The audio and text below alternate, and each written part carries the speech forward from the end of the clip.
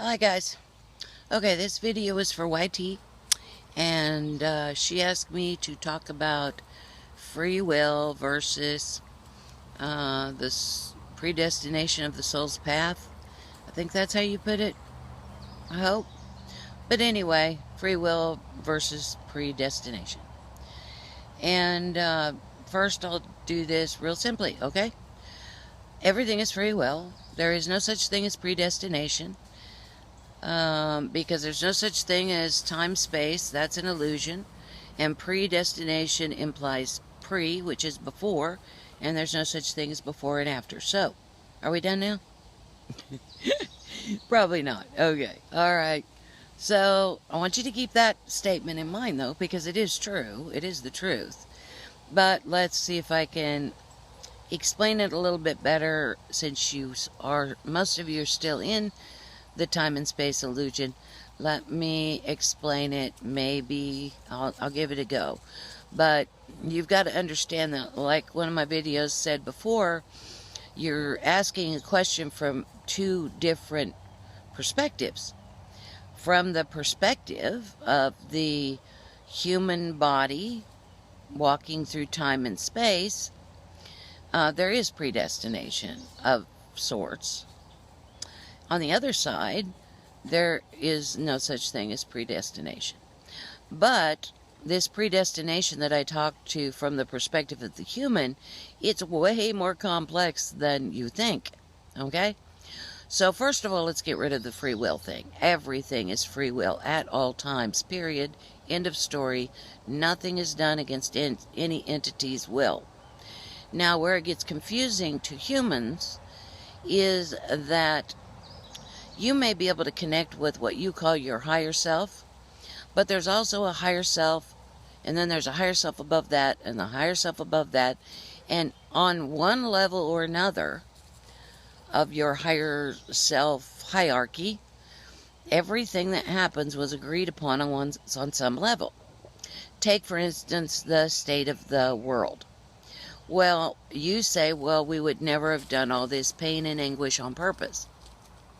And as I've said before, pain and anguish is only feeling like pain and anguish because you are in the human body, and it was set up that way to try to encourage you to go towards the source, which feels better.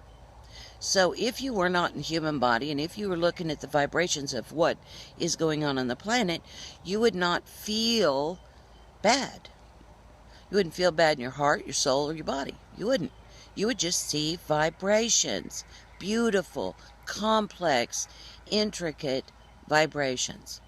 But you interpret those vibrations through the body, which makes it feel bad. Okay?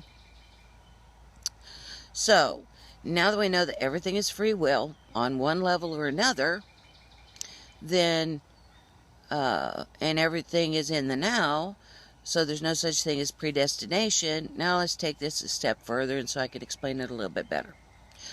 Before you come down here, and you kind of, I get this feeling that when people talk about their higher selves, and I say things like, your higher self is connected to a higher self, which is connected to a higher self. Again, this is like the frequencies. Frequencies are not in a line. They're in a wave. That's why there's infinite timelines and infinite perspectives. It's all in wave form. Well, so is your connection to the, what I call higher self, higher self, higher self. But that's the only way I can explain it to you. And in reality, that's really just one being all the way back up to source that defractals on the way up, sort of. But let's start before you came here. And I don't mean a reincarnated soul. I don't mean if you died and went through a tunnel and saw grandma and came back down. That's reincarnation. And that means you've been going round and round circular on this planet at least once, and probably thousands of times. I'm talking about at the beginning, before you incarnated on this planet for the first time. When you did that, you you were hanging around with a bunch of, well, we're just going to do this in human forms, okay? Human words. You were kind of sitting around with a whole bunch of friends, and you went, did you check out that new um, game over there? And they said, yeah, we have heard of it. And I said, and then you go, well, I'm thinking about going and playing it. And you check around with all other people that you know, and you find out what you can do over there and how it's done and what you want to do, and it's all vibrational. It's not, you don't sit up there and go, okay, I want to be born in Russia to a single working mom who is struggling to put food on the table. You don't do it like that. No, it's not like that. The universe takes care of that. And on the other side, we know that. We just let the universe do what we tell it to do. So what you do is you choose a vibration or a vibrational path or that you want, and then you send it out to the universe. You're incarnated, and the universe creates that scenario that matches what you requested, what you set up ahead of time. Okay? So there, this is so hard. Okay, I've said this before. Think of it this way. Before you came here, you decided on the painting, the picture, complete picture. You decided all of it, and it will be. The picture will be. You will complete that picture before you're done in this creation, okay? That is, I guess, from your perspective, the predestined part, okay? Then you come down on this life or many lives or whatever, and think of that picture as now being a puzzle. And you're going to put together that picture through lifetimes or a lifetime or whatever, however you want to do that. So you can make that picture, cut it up into, you can do that in one lifetime with 10 puzzle pieces. You can stay centered. You can stay in the flow, and you can cut it up into 10 pieces, and they'll go together beautifully, and you're done with what you had come here intending to do. That's your free will. Or you could take 10,000 lifetimes, cut that picture into 1,000,000 pieces, and take much longer and go against the flow and take much longer to put that puzzle together. Now, this is a good analogy. Because if you're just testing out the waters, and if you just want to pop in here for a second, there's a good chance that you could just have a 10-piece picture. But 10 pieces is like what children do, right? Quick, easy, no big deal. Most of the people that have come to be humans, they like the complexity of it. So they have made the 1,000,000-piece picture. Okay?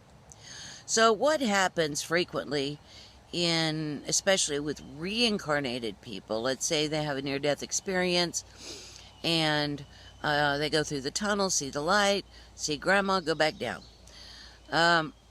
Frequently, people will have the experience of going over their life. Well, basically, think of that like, okay, well, you know in your memory what that painting looks like, and it's kind of a way of saying, okay, okay, you've got 100,000 pieces of the 1,000,000 pieces done. This is where you stand. What do you want to do? Now, you don't have to, this karma thing is way misunderstood. You do not have to go back down and finish the painting. You don't. You can literally go the other direction, fill in all the blanks, and say, okay, I'm done. So I did 100,000 pieces, but I don't want to play anymore. So I turn around, and very quickly you can fill in the rest of the painting, and you've still done what you said you were going to do, but you came out of time and space and did it a different way.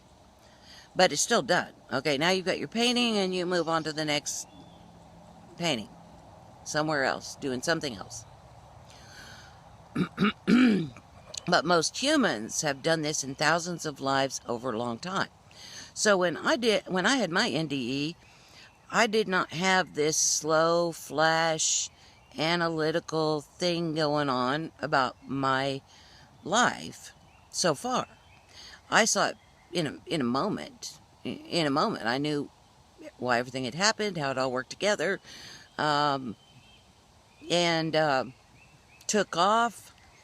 And since I was outside time and space at that moment, I was out running around for what felt like, I tell people decades, but in reality, because I know they won't believe the other, but it certainly felt like hundreds of years.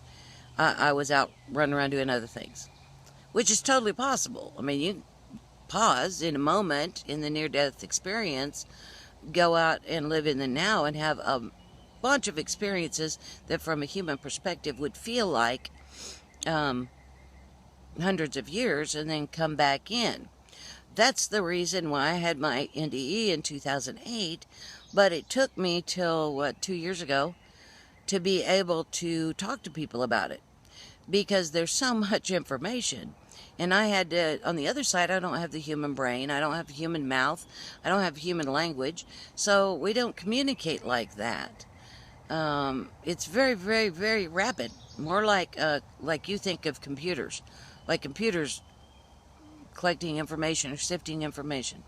It's just that I came back here and I was sitting in front of a console and not knowing exactly what to type in to. I knew that I knew it all. In my head I knew it all, I remembered it all, but I didn't know how to focus to talk about each individual thing, which is why I ask you all to please tell me what you want me to talk about, because otherwise, now I have conversations wicked fast in my head all day long, and great fun, by the way, but I don't have to tell anybody what's going on in my head, so I can do it really fast. I don't have to stop and think about, well, how do I say this so they understand it, because I am going out and wandering around, so I understand it completely all the time. So if I don't, again, if this isn't clear, YT, if this isn't clear, if you don't understand what I'm trying to say, you're not going to hurt my feelings. If you say, I don't get it, that's not clear, I don't understand, just tell me what you, that you want me to do it again, and I'll try it from a different perspective. But ultimately, my first sentence stands. Ultimately, time and space are an illusion, and you will not use words that have a pre or a post in them, because there's no such thing really as before and after. Everything is in the now. I understand that you don't understand that right now because it feels so real right now, but the truth is that it's all happening at once.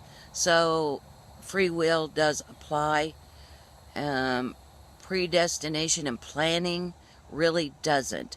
And since you're now in 4D, you're quickly going to understand that, because the illusion of time and space is going to become clear as you're in 4D. Simply because the reason it's going to start not making sense at all. Like another one of my commenters said, okay, the Mandela effect for one. That's going to become really, in your own life, you're going to remember things or not remember things, or I don't know, did I do that or not, or where am I, all that stuff. That just means that you're just trying to figure it out, that it is not real, that time and space is an illusion. Doesn't mean it was bad. It was fantastic for what it was there for, but we're coming out of that right now. So you're now in 4D. You need to merge with your higher self. Don't talk about connecting. You can connect and then merge, but be sure and use the words right. You want to connect, but not like it's outside of you. Don't talk to about your higher self like it's a god. Don't replace the old religious dogma with new dogma, okay? That's what humans do. Don't need to do that. Don't do that. Just don't. So your higher self is you. It's not a god. It's not something else. It is you. You're just becoming aware, okay? I said in another video, merge with it, but just become aware that it is you. It always has been you. You talk to you. No big deal. Everybody talks to themselves anyway. You're just aware that now you're connected with, merging with the part of you from a higher perspective that's got more answers. And what I do in these videos, I'm not telling you anything you don't know. I'm not all wise and wonderful or any of that stuff. All I'm doing this for is to trigger your own memories. You already know all this stuff. I get that all the time. Oh, yeah, I knew that. I knew that. That's what I'm doing. I'm just triggering you to remember what you already know. I'm trying to help you get out of the creation of 3D. And for those that want to go to 5D, trying to keep you focused so you don't get sidetracked with the sparkles and bubbles in 4D. Okay, I'm just trying to help you remember to do what you want to do. Okay? Hopefully that helped. If it didn't, let me know. It's a beautiful day here in Texas. So, oh, by the way, guys, I went to on Saturday, I went to the farmer's market, which stayed open later than normal, then the Blueberry Festival, then the lake. Wonderful day. But I did have my daughter shoot a little bit of video, and I'm going to have another friend, put it together like they do. And I just have some interesting shots of what's in Texas. And for my Swedish friend, for my German friend, I think you just might find it fascinating. Texas is all the United States is very interesting, but Texas is a very unique state, and I have moved over 150 times. I've seen a lot of the United States and traveled a bit here and there. It's a big country. There's a lot of interesting people here, a lot of very diverse cultures. So we may not be broken up into countries, but Texas would argue that fact. And I was born in Wyoming, and Wyoming and Montana would argue that fact, and so would many other parts of the country. So the video shows things that I just think are interesting that humans do, not things that I necessarily agree with in this fine state, but I just think you might be interested in it. So, all right, guys, well, this is a long video. I love you all. Big hugs. Bye-bye.